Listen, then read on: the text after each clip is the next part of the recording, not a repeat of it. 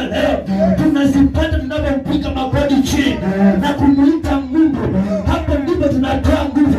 Ipoza ile siku ambayo umeita hiyo interview, hautafeli, utaingia kwa mlango. Watasema huyu ndiye tumeishi kutafuta, huyu ndiye tumeishi kutaka. Maana ni mtu ambaye ametoka mahali pa maombi, na anapokwisha hakuishi kama mtu wa kawaida, anakuja na backup na madhabahu ya Mungu. Ukiingia kwa hiyo panel unakubalika.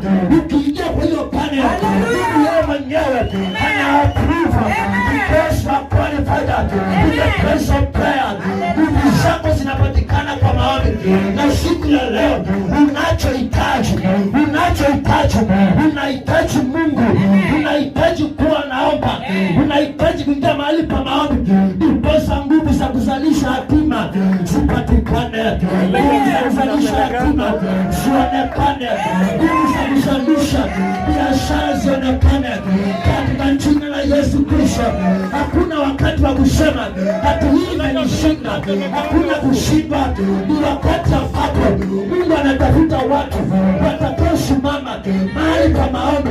Hiyo shida umesema imekusumbua, you just need to pray na Mungu alete nguvu. Hiyo familia ambayo imekusumbua, hiyo familia iko na vita, unahitaji tu kuomba Mungu mkono wake ukishe ukusaidie. Na siku hata moja usije ukasema leo ni siku ya dhiki, leo ni siku ya dhiki. Unafaa kukataa hiyo katika jina la Yesu. Unafaa kukataa hiyo. Hakuna kupata nguvu, hakuna kupata mtoto na nguvu zinazaliwa. Hakuna destiny utakaoabortiwa, na destiny will be postponed in the mighty name of Jesus. Amen. Hatima siku za leo zimeabortiwa. Yes.